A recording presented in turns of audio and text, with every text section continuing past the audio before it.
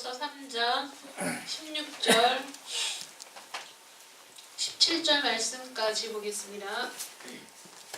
성경 디모데후서 3장 16절 17절 말씀 봉독해 드리겠습니다. 신약성경 디모데후서 3장 16절 17절 말씀 봉독해 드리겠습니다.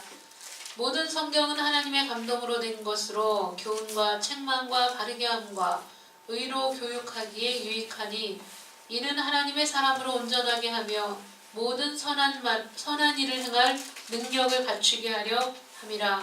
아멘. 오늘 소요리 문답 두 번째 시간입니다. 감사 의문이 있습니다. 하나님 은혜 가운데 시험을 잘 보고 올 수 있도록 도와주셔서 감사합니다. 좋은 결과를 하나님께 영광 돌릴 수 있도록 인도하여 주시고 가족들에게도 기쁨을 더하여 주시옵소서. 기도하겠습니다. 하나님 감사합니다. 오늘 소요리 문답 두 번째 시간입니다. 이 소요리 문답 전체의 질문들이 가장 위대한 전제로부터 시작해서 또 세분화되어가는 구체적이고 실체적인 질문들 앞에서 우리의 믿음을 고백하는 시간들, 우리의 믿음을 점검하는 시간들, 또 우리가 지금 어느 상태에 있는지를 확인하는 시간들이 되게 하시며 우리에게 부어주시는 한량없는 하나님의 은혜를 경험할 수 있도록 하나님 이끌어 주시옵소서. 준비할 때에도 하나님께서 성령을 통하여 도우시고 역사하시며 또 실제적으로 이 말씀이 선포되고 함께 나누는 이 시간에도 하나님께서 모든 사람의 심령 속에서 각 사람이 받을 바 은혜를 풍성하게 채워주실 줄을 믿습니다. 아멘. 하나님 이 시간에 하나님 앞에 귀한 예물 드립니다. 우리 전희정 집사 어제 시험 잘 볼 수 있도록 도와주시고 갈등하는 상황 속에서도 시험을 보러 가는 하나님의 말씀에 순종하는 일을 통해서 하나님께서 그 모든 것들을 기쁘게 받으시고 영광을 받으신 줄 믿습니다. 좋은 결과가 눈앞에 확실하게 드러날 때까지 하나님 마음에 담대함을 주시고 하나님을 믿어 의심치 않도록 도와주시며 하나님께서 좋은 결과를 확실하게 보여주실 때에 모든 것 하나님께 영광 돌릴 수 있도록 인도하여 주시옵소서. 하나님께서 복 주시며 모든 일들 가운데 형통케 하심으로 하나님의 영광을 드러내실 줄 믿사옵고 예수님의 이름으로 기도드립니다. 아멘.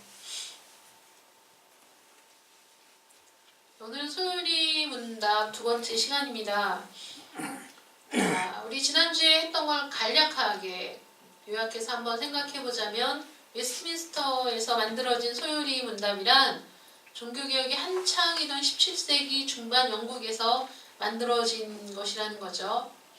그래서 대요리 문답은 196개의 질문으로 이루어져 있고 소요리 문답은 107개의 그 질문으로 만들어져 있습니다. 그래서 대요리 문답은 성인 및 목회 준비생을 교육하는 용도로 만들어졌고 소요리 문답은 초신자와 청소년 교육을 위해서 만들어진 것입니다. 근데 우리가 하는 이 소요리 문답은 대요리 문답에 있는 풍부한 내용을 함께 해서 이제 소요리 문답이 진행이 되고 있다는 거 여러분 염두에 두시고 우리 요리 문답을 통해서 기독교의 핵심 교리들을 잘 배우게 되면 이단의 공격으로부터 적극적으로 자신을 방어할 뿐만 아니라 대처할 수 있는 힘도 갖추게 된다는 것. 결국은 말세에는 이단과의 싸움이 될 것이기 때문에 우리가 하나님의 말씀에 바르게 서는 것이 무엇보다 중요한 일이라는 겁니다. 그래서 오늘은 이거 제가 잘못 썼네요. 두 번째하고 세 번째 질문입니다. 두 번째와 세 번째의 질문이 성경을 주제로 하는 것이기 때문에 우리가 함께 묶어서 생각을 해보도록 하겠습니다. 지금 나눠드린 것은요. 지금 쓸 건 아니고 이 시간이 다 끝난 뒤에 사용할 것이니까 지금 보실 필요는 없으시고 메모할 내용이 있으시면 뒷면에 메모를 하시면 되겠습니다. 하나님의 뜻을 우리가 어떻게 알 수 있을까? 이런 질문들은 기독교 사이트 또는 신앙을 상담하는 사이트에 보면 거의 단골처럼 올라와 있는 또 많은 사람들이 궁금해하는 내용이죠. 우리가 하나님의 뜻을 어떻게 알 수 있을까? 어떻게 하면 하나님의 뜻이 무엇인지를 알 수 있을까? 우리가 궁금하죠. 또 성경은 신화가 아닌가요?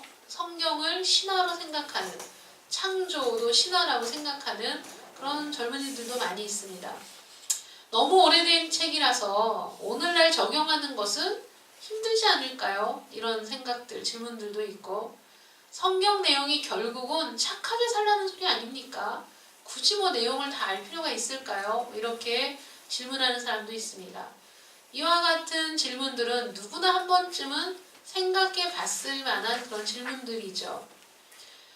앞에 우리가 지난주에 했었던 첫 번째 질문에서는 인간의 주된 목적이 무엇인지를 우리가 배웠습니다. 인간의 주된 목적이 무엇입니까? 라는 질문 속에는 인간은 목적 없이 태어나서 살다가 죽는 존재가 아니라 반드시 어떤 목적을 가지고 이 세상에 태어나는 존재, 목적이 있는 존재로 하나님이 지으셨다는 것에 대해서 우리가 생각해 봤고, 그 목적이 무엇이냐면 하나님을 영화롭게 하는 것과 하나님을 즐거워하는 그런 존재로 우리를 지으셨다는 것에 대해서 배웠습니다. 그러면 이제 그 목적, 우리가 어떤 존재인지는 알았는데 우리에게는 그런 삶의 목적이 주어졌다는 것을 알겠는데, 그럼 어떻게 해야 되는가에 대해서, 그럼 이제 어떻게 해야 되지? 그럼 우리가 그 목적에 합당하게 살기 위해서는 그럼 우리는 어떻게 살아야 되는가? 라는 실제적인 방법에 대해서 우리가 생각을 해봐야 된다는 거죠. 하나님께서 우리에게 목적을 주셨을 뿐만 아니라 그 목적을 위한 방법까지 구체적으로 우리에게 지시를 하셨다는 사실을 이 두 번째 질문에서 묻고 있는 겁니다. 그렇다면 어떻게 살 것이냐? 그렇다면 어떻게 살 것이냐? 어떻게 살 것인지에 대해서 누가 알려줄 수 있을 것이냐에 대해서 우리가 이제 살펴보고자 한다는 거죠. 자, 두 번째 질문이 뭐냐면 하나님께서 지시하신 유일한 규칙이 있다는 거예요. 사람에게 목적을 두고 살게 하신 그 하나님께서 그 목적을 이룰 수 있는 유일한 규칙을 우리에게 주셨다는 것에 대해서 이제 질문이 시작되고 있는 건데, 여러분들이 그 메모를 하실 때 이 그 줄기, 뻗어나가는 줄기를 기록을 해 놓으시면 나중에 구체적인 내용을 다 기록하지 않아도 이 가지를 보면서 소요리 문답이 이렇게 이루어졌구나 하는 것을 알 수 있습니다. 그래서 첫 번째 질문이 뭐냐면 사람의 주된 목적을 위해서 주신 거죠. 그래서 하나님을 영화롭게 하는 것과 영원토록 그분을 즐거워하는 그 목적을 위해서 하나님께서 지시하신 유일한 규칙, 이렇게 연결이 되는 겁니다. 질문이. 그래서 하나님께서 지시하신 유일한 규칙이 뭐냐면 하나님의 말씀, 즉 신구약 성경에 있다는 겁니다. 하나님의 말씀의 유일한 규칙을 담아두셨는데 하나님의 말씀은 어디에 있습니까? 신약과 구약 성경에 있습니다. 이렇게 대답을 하게 되는 거죠. 인간의 주된 목적이 하나님을 영화롭게 하고 그를 즐거워하는 것이다. 우리가 첫 번째 질문에서 이것을 함께 나누었을 때 그 시간을 함께 하면서 무슨 생각을 하냐면 좋다. 좋은데 그렇게 살고 싶다. 내 인생에, 내 삶에 목적이 있다는 것이지, 하나님을 영화롭게 하는 것과 영원토록 그분을 즐거워하는 것, 이게 목적이라면 그래 나도 그렇게 하고 싶은데, 그 목적이 마음에 드는데 나도 그렇게 따르고 싶은데 그런데 어떻게 하면 되지? 에 대한 질문으로 이어질 수밖에 없다는 거죠. 우리가 공부를 잘하는 학생이 질문을 잘하는 학생인데 공부를 해서 어떤 걸 깨닫게 되면 그러면 그 다음엔 무엇일까? 그 다음엔 어떤 현상이 뒤따르는 것일까? 그 다음엔 어떻게 이 이야기가 진행됐을까? 이제 그런 그 궁금증, 어떻게 하면 이라는 것으로 나아가는 것이 공부를 깊이 하게 되는 그런 거 아니겠습니까? 그래서 주된 목적에 대해서 우리가 알고 난 뒤에 그러면 어떻게 하면 될 것인가 방법을 찾게 된다는 거죠. 하나님을 즐거워하고 또 하나님을 영화롭게 하기 위해서는 어떻게 하면 될 것인가? 어떻게 하면 되죠? 왜 하나님께 물어봐야 되는 것일까요? 몰라서 물어보는 것이죠. 여러분 아십니까? 어떻게 하면 하나님을 영화롭게 할 수 있습니까? 어떻게 하면 영원토록 그를 즐거워할 수 있습니까? 어떻게 하면? 여러분들이 그 성경에 대해서 전혀 모르고 있을 때 소율이 문답을 처음 시작했다고 생각해 보세요. 첫 번째 질문에서 우리가 어느 정도 그냥 내 나름대로 무언가를 이해할 수 있었는데 그 다음에 마땅히 떠오르는 질문이 이거 아니겠어요? 어떻게 해야 되지? 영화롭게 하는 건 어떤 것일까? 즐거워하는 것이란 어떤 것일까를 추우세요? 저 뒤에 있잖아요. 날로. 맨 뒤에 있습니다. 네.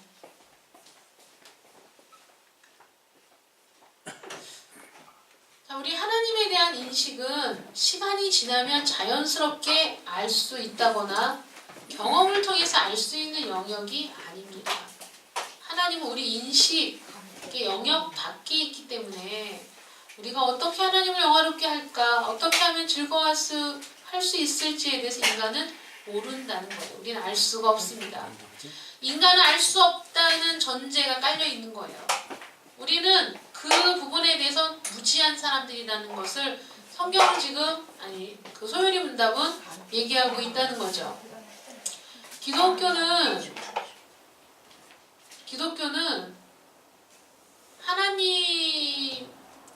하나님을 보여주는, 하나님을 우리에게 알리는 것이 기독교입니다.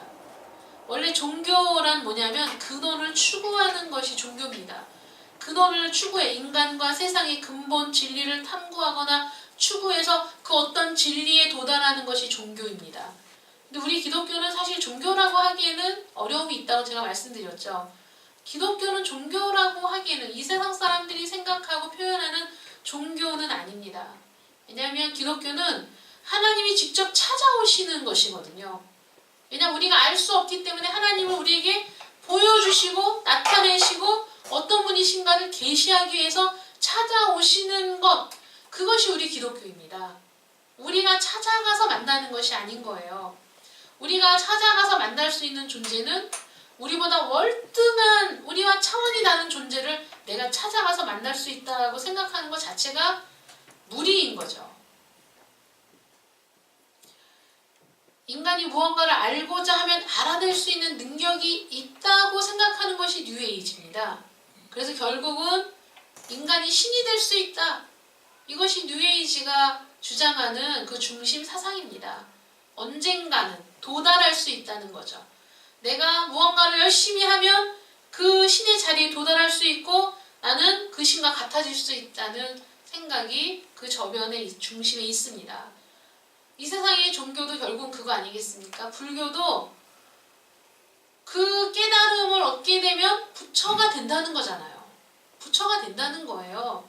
부처가 되기 위해서 수행하고 고행을 하고 덕을 쌓고 선행을 하고 하는 겁니다. 내 마음을 갈고 닦으면 언젠가는 그 경지에 들어갈 수 있다라는 생각을 하고 도를 닦는 거죠. 우리가 찾아서 만나질 수 있는, 우리가 탐구해서 발견할 수 있는 그런 존재, 그렇게 존재하는 신을 찾는 것이 이 세상 사람들이 말하는 종교라면 우리 기독교는 그게 아닌 거예요. 우리는 전혀 무지한 사람들이고 우리는 전혀 그런 능력이 없는 사람들인데 하나님께서 우리를 만나시려고 계획하셨고 하나님이 우리를 찾아와 주셨고 하나님이 우리에게 당신 자신을 계시해 주셔서 계시해 주신 것만큼 우리에게 알려주신 것만큼만 우리가 하나님을 알 수 있고 이해할 수 있는 그게 바로 우리 기독교라는 겁니다. 그렇기 때문에 하나님께 물어야 되는 거예요. 어떻게 하면 하나님을 영화롭게 할 수 있습니까? 어떻게 하면 하나님을 영원토록 즐거워할 수 있습니까? 거기에 대해서 하나님께서는 성경에 다 기록해 놓으셨다는 거예요. 성경에. 하나님의 말씀, 구약과 신약 성경에 이 모든 것들이 기록되어 있다는 거죠. 유일한 규칙이고 유일한 하나님의 말씀, 그 통로가 되는 거죠. 우리에게 말씀하시는 통로. 그래서 하나님께서 하나님 자신을 우리에게 나타내 보이시는 방법에는 일반 계시와 특별 계시가 있습니다. 여기 굉장히 신학교에서 공부하는 내용인데 일반 계시와 특별 계시가 있습니다. 일반 계시는 자연 계시라고도 하는데, 자, 일반 계시는 어디에 나타나냐면 자연 법칙과 만물에 나타납니다. 만물을 보고 자연을 보고 또는 우리에게 주신 양심을 통해 도덕적 그 감각을 통해 또는 학문을 통해서 예술을 통해서 하나님을 알 수 있도록 하나님을 계시해 놓으셨다는 거예요. 그래서 사도 바울도 얘기하잖아요. 이 만물 너무나 놀라운 이 자연 세계를 보고서도 하나님을 인식할 수 있다는 거예요. 특별 계시는 뭐냐면 성경을 통해서 주신 계시입니다. 당신이 어떤 분이시고 어떤 이름을 갖고 계시고 어떤 일을 행하시고 하나님의 성품은 어떤 것이고 이 모든 것들에 대해서 성경에 하나님이 당신 자신을 그대로 계시해 놓으셨다는 거죠. 목적이 무엇이겠습니까? 일반 계시의 목적은 자연 법칙과 만물을 통해서 하나님을 알 수 있도록 하나님을 볼 수 있도록 그렇게 계시해 놓으신 것이고요. 특별 계시의 목적은 뭐냐면 하나님에 대한 지식을 참된 지식을 알려주시기 위해서 그런 겁니다. 이러다 보니까 차이가 생기는데 그 차이가 일반 계시는 하나님에 대해서 불충분하게 안다는 거예요. 정확하게 알지 못합니다. 희미하게 알 수 있을 뿐입니다. 특별 계시는 하나님에 대해서 충분하게 알 수 있습니다. 이 자연 계시에 대해서 성경이 뭐라고 말씀하시고 있냐면 로마서 1장 20절 말씀에 이렇게 얘기하십니다. 창세로부터 그의 보이지 아니하는 것들 곧 그의 영원하신 능력과 신성이 그가 만드신 만물에 분명히 보여 알려졌나니 그러므로 그들이 핑계하지 못할지니라. 이렇게 말씀하십니다. 얼마 전에 우리 아들이 그 얘기 하더라고요. 돌고래라고 했나요? 그 돌고래가 지역에 따라서 언어가 다르답니다. 참 신기하죠. 지역에 따라서 언어가 달라서 가령 한국 해안에 돌고래가 살고 있고 만약에 미국 해안에 돌고래가 살고 있다. 그러면 그들이 주파수로 서로 그런 걸 교감하고 또 자신들의 뭐 생각을 나누고 정보를 교환한다고 할 때 한국 바다에 사는 돌고래와 미국 바다에 사는 돌고래가 틀리답니다. 언어가. 그리고 그 돌고래들 사이에 은어도 있답니다. 너무 신기하죠. 제가 그런 얘기, 이게 동물의 세계도 보면 너무 신기한 게 많고 식물의 세계도 신기한 게 많고 나무들도 사실 생명이 있는 거잖아요. 얘네들이 생명이 있어요. 그래서 길가에 가로수들이 쫙 있잖아요. 근데 해충이 몰려옵니다. 그래서 해충이 어느 나무에 해충이 생겼잖아요. 얘네가 나뭇잎을 통해서 그걸 전달한대요. 해충이 왔다, 해충이 왔다, 해충이 왔다 이렇게. 그러면 해충이 싫어하는 걸 이렇게 막 분비한대요.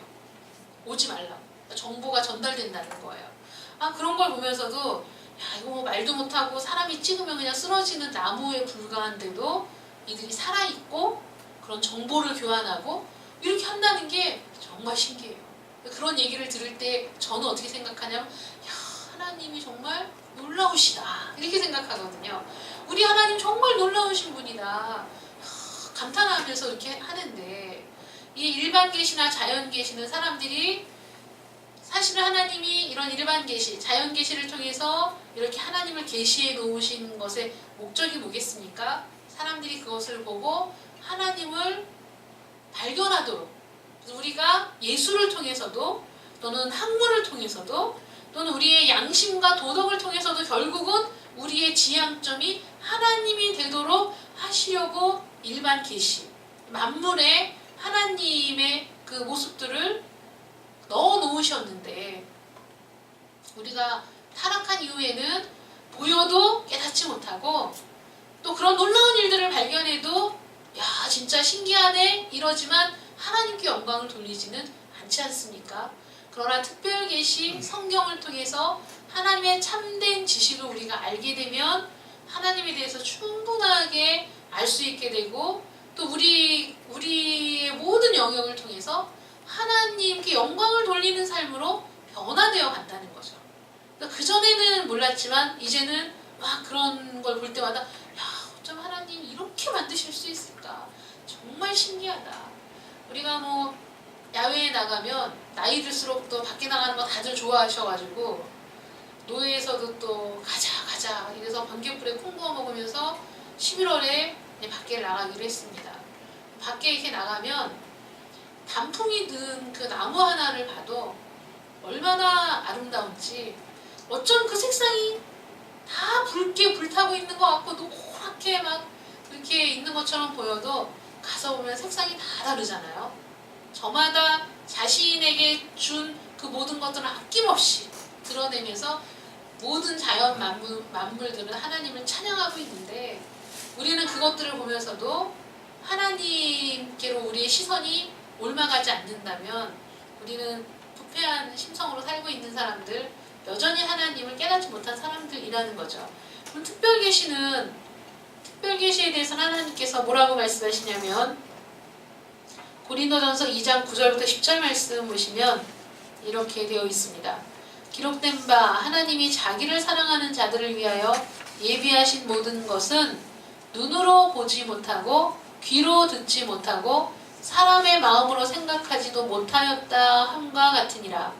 오직 하나님이 성령으로 이것을 우리에게 보이셨으니 성령은 모든 것 곧 하나님의 깊은 것까지도 통달하시느니라. 눈으로 보아도 보지 못하고 귀로도 듣지 못하고 마음으로도 생각지 못했던 것, 그 하나님에 대해서 성령은 깨닫게 하시고 발견하게 하시고 알게 하시고 그 깊은 것까지도 통달하게 하시는데, 하나님이 그 성령을 우리에게 부어주셔서 하나님의 말씀을 통해서 그 하나님을 알게 하시되 참된 지식으로 우리를 이끌어 주신다는 거죠. 그래서 특별계시가 중요한 겁니다. 두 번째 질문을 우리가 다시 한번 생각해 보면, 하나님의 말씀, 하나님께서 어떤 규칙을 주셔서 우리에게 지시하셨습니까? 하나님의 말씀을 주셔서 우리에게 지시를 하셨다는 거죠. 곧 구약과 신약 성경에 담겨있는 말씀이 우리에게 지시하시는 유일한 규칙입니다. 자, 신구약 성경에 담겨있는 말씀, 어떤 말씀입니까? 디모데후서 3장 16절 17절 말씀. 모든 성경은 하나님의 감동으로 된 것으로 교훈과 책망과 바르게 함과 의로 교육하기에 유익하니 이는 하나님의 사람으로 온전케 하며 모든 선한 일을 행할 능력을 갖추게 하려 함이라 하고 우리에게 성경을 주신 목적을 말씀해 주십니다. 신구약 성경에 담겨있는 이 말씀은 성령의 감동으로 된 것, 그 성령이야말로 하나님의 깊은 것까지도 통달하게 하시는 그 성령께서 감동해 주셔서 이 성경이 우리에게 주어지게 되었다는 겁니다. 우리에게 지시하시는 유일한 규칙이라는 건 무엇일까요?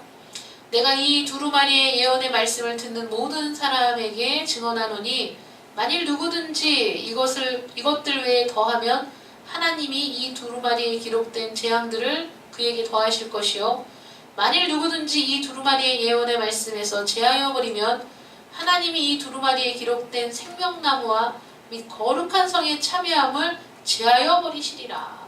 요한계시록 22장 18절부터 19절 말씀입니다. 이 예언의 말씀, 이 성경 말씀에서 더하거나 빼지 말고 이 말씀 그대로라고 우리에게 말씀하시는 겁니다. 유일한 규칙이라는 거죠. 하나님을 영화롭게 한다는 것은 나의 삶의 영역에서 하나님만을 즐거워하고 드러낸다는 것인데, 그것이 무엇인지, 그러한 삶이 어떤 것인지를 더 분명하고 정확하게 말씀해 주시는 것이 성경이라는 겁니다. 그럼 세 번째 질문은 무엇이냐면, 성경이 주로 가르치는 것이 무엇이냐 하는 거예요. 그러면 이 신구약 성경이 주로 무엇을 가르치는 것이냐? 여러분, 무엇을 주로 가르치는 겁니까? 성경이 주로 가르치는 것이 무엇입니까? 우리가 신앙생활한 게 몇 년인데 이런 질문을 받을 때마다 뭐라고 대답을 해야 될지 막막하다는 생각이 드십니까? 성경이 주로 가르치는 것이 무엇일까? 이 성경이 주로 가르치는 것은 이 두 가지입니다. 첫 번째는 사람이 하나님에 관하여 믿을 것이 무엇인가? 무엇을 믿을 것인가? 무엇을 믿을 것인가에 대해서 성경은 가르치고 있는 거예요. 또 하나는 하나님께서 사람에게 요구하시는 의무가 무엇인가 하는 거예요. 우리가 해야 할 일은 무엇인가인 거죠. 우리가 무엇을 믿을 것인가, 또 우리의 믿음의 대상을 위해 내가 무엇을 할 것인가에 대해서 성경은 가르치고 있다는 겁니다. 성경의 주제는 예수 그리스도 또는 하나님의 사랑, 우리가 이렇게 알고 있는데, 자, 우리 웨스트민스터 소요리 문답 제 세 번째 질문에서 성경이 주로 가르치는 것은 무엇입니까? 사람이 하나님에 관하여 믿을 것이 무엇인가와 하나님께서 사람에게 요구하시는 의무가 무엇인가에 대해서 가르치고 있습니다. 이렇게 대답을 하는 거죠. 자, 1문에서는 인생의 목적이 무엇이냐를 묻는 것이고, 2문에서는 그 목적을 이루기 위해 주어진 유일한 규칙은 성경이라고 말하고 있고, 자, 이 세 번째 질문에서는 그 성경이 무슨 내용인지에 대한 질문이라는 거예요. 제가 지난주에 말씀드리기를 첫 번째, 두 번째, 세 번째 질문은 소요리 문답 전체의 전제라고 말씀을 드렸습니다. 그 이유가 뭐냐면, 자, 소요리 문답의 그 첫 부분, 소요리 문답의 첫 부분은 1문부터 38문까지인데 사람이 하나님에 관해서 믿을 것이 무엇인가에 대한 질문들입니다. 무엇을 믿을 것인가에 대한 질문이 1문부터 38문까지이고요. 그 다음에 두 번째 단락이 뭐냐면 39문부터 107문까지입니다. 하나님께서 사람에게 어떤 의무를 요구하시는가. 소요리 문답을 전체를 크게 두 개로 나눈다면 딱 그거라는 거예요.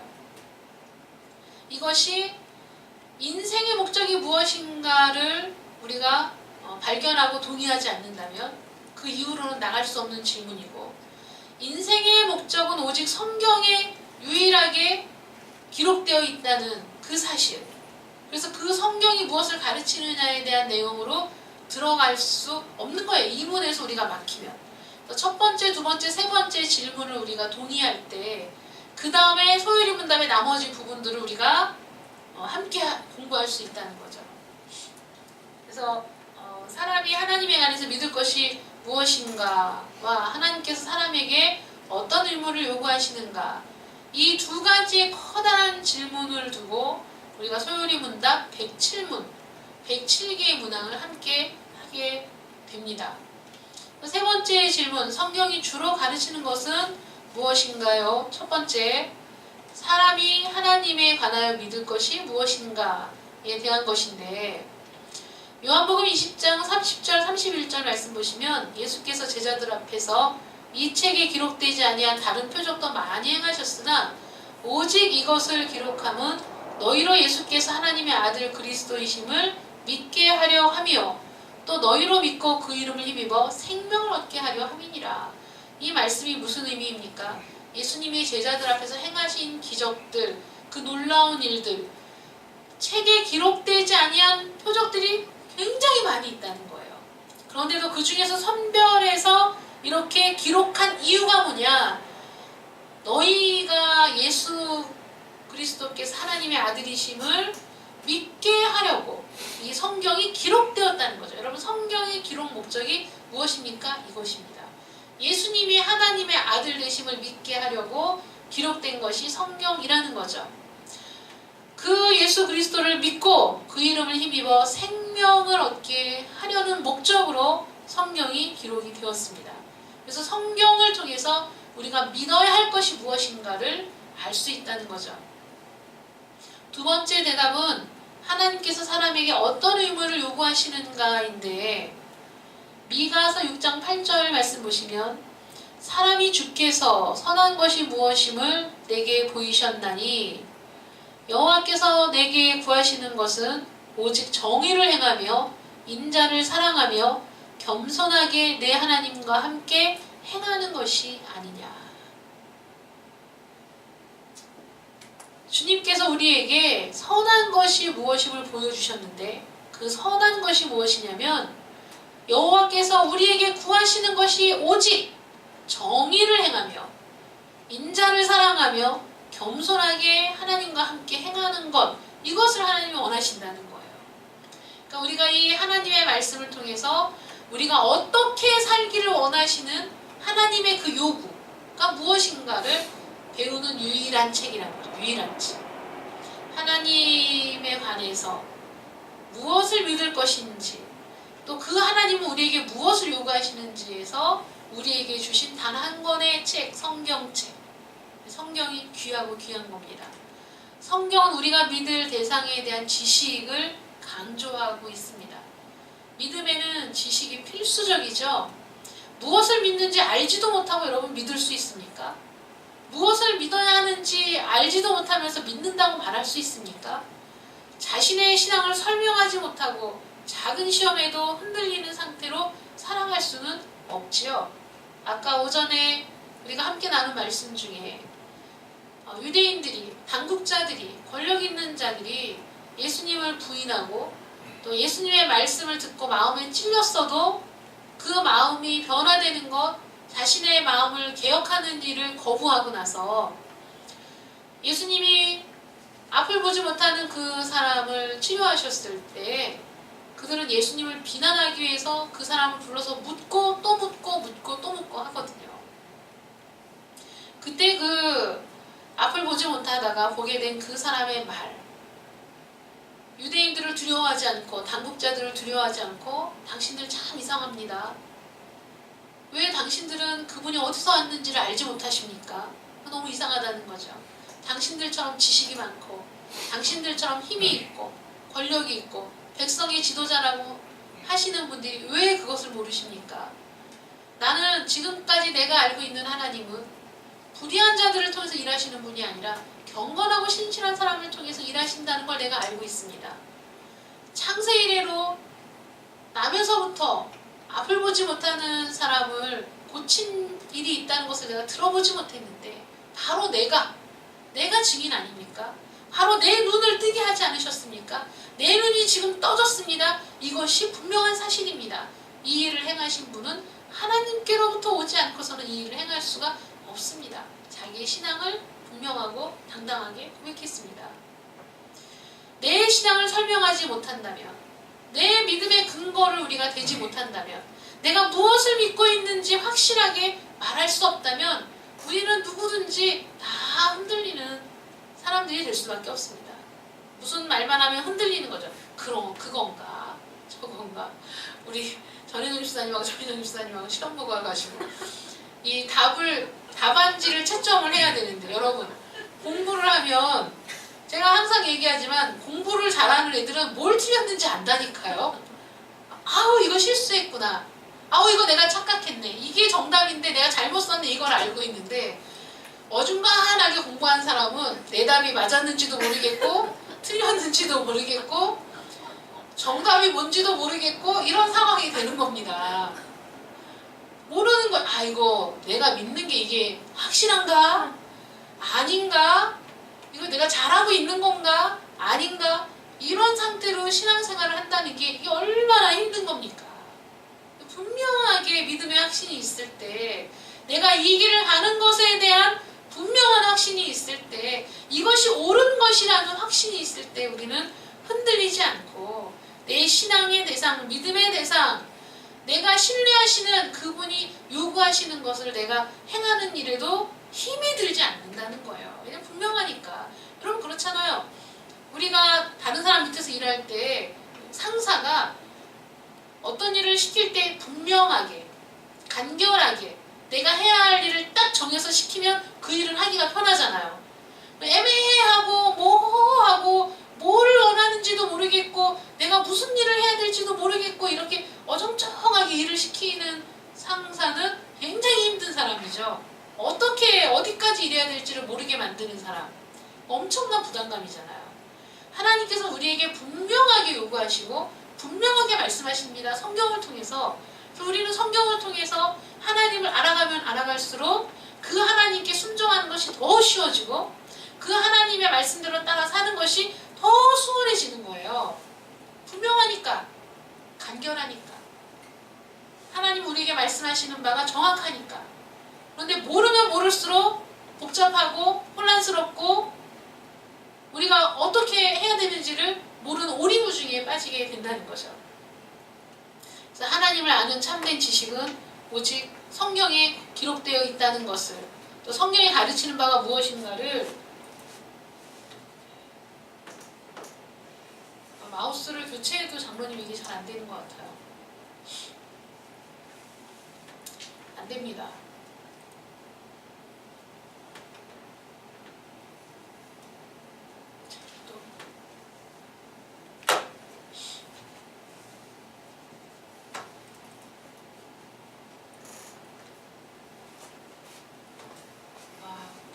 안 되네요? 이제 되네요.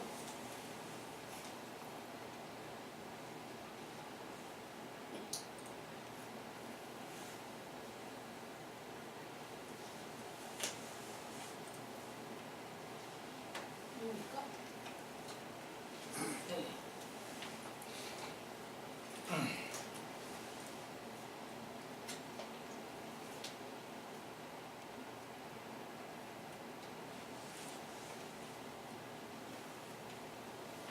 그래서 그분의 성품을 알 때 그분의 성품에 감동할 수 있고 그분이 하신 일에 감사할 수 있고 또 자발적으로 자원하는 마음으로 따르고 싶어지게 된다는 거죠. 하나님은 우리에게 강제하지 않으시고 하나님은 우리에게 무조건 하라고 강제적으로 우리를 순종하도록 우리를 굴복시키시는 분이 아니시고 하나님의 말씀을 통해 당신을 알려주시고 계시하시고 그분을 알면 알수록 그분의 성품을 알면 알수록 우리 마음이 감동되어서 우리가 자원하는 마음으로 따르도록 이끄시는 분이 하나님이십니다. 그렇게 할 때 그것이 참된 순종이 되고 참으로 진리 안에서 자유한 신앙이 될 수 있는 것입니다.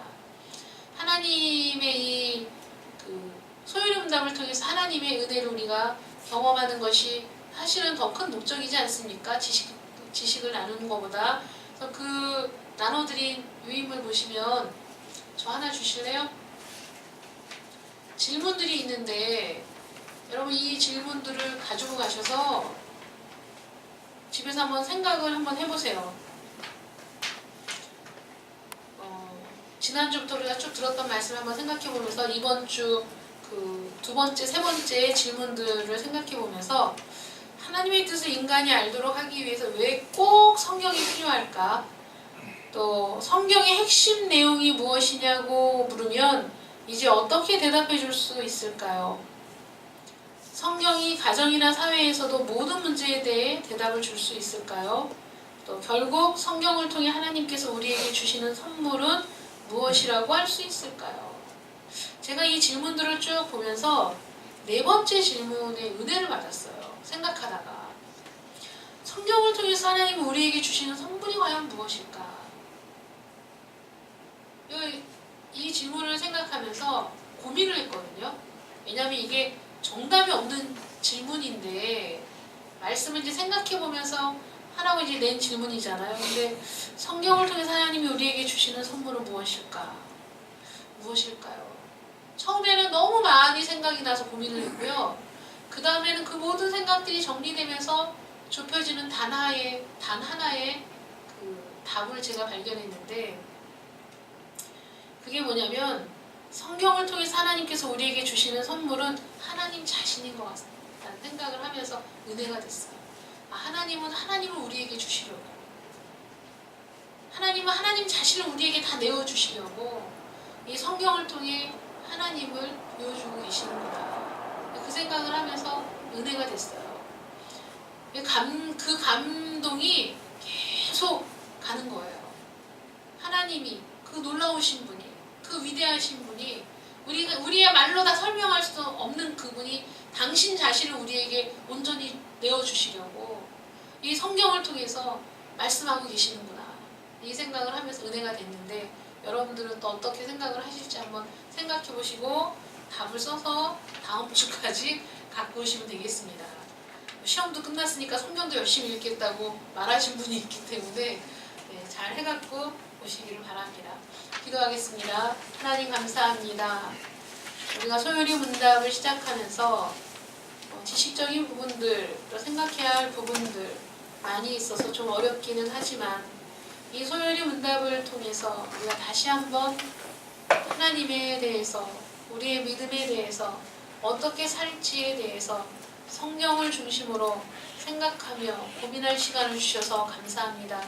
이제 앞으로 지속되는 이 소유리 문답, 이 시간들을 통해서 우리가 지식적인 깊이뿐만 아니라 하나님이 이 말씀을 통해서 우리에게 말씀하시는 것들, 그 하나님의 놀라우신 사랑, 하나님의 자신을 내어주신 그 은혜에 깊이 들어갈 수 있도록, 우리의 심령에 은혜가 충만하고 감격이 충만할 수 있도록 하나님 이끌어 주시옵소서. 아멘. 예수님의 이름으로 기도드립니다. 아멘.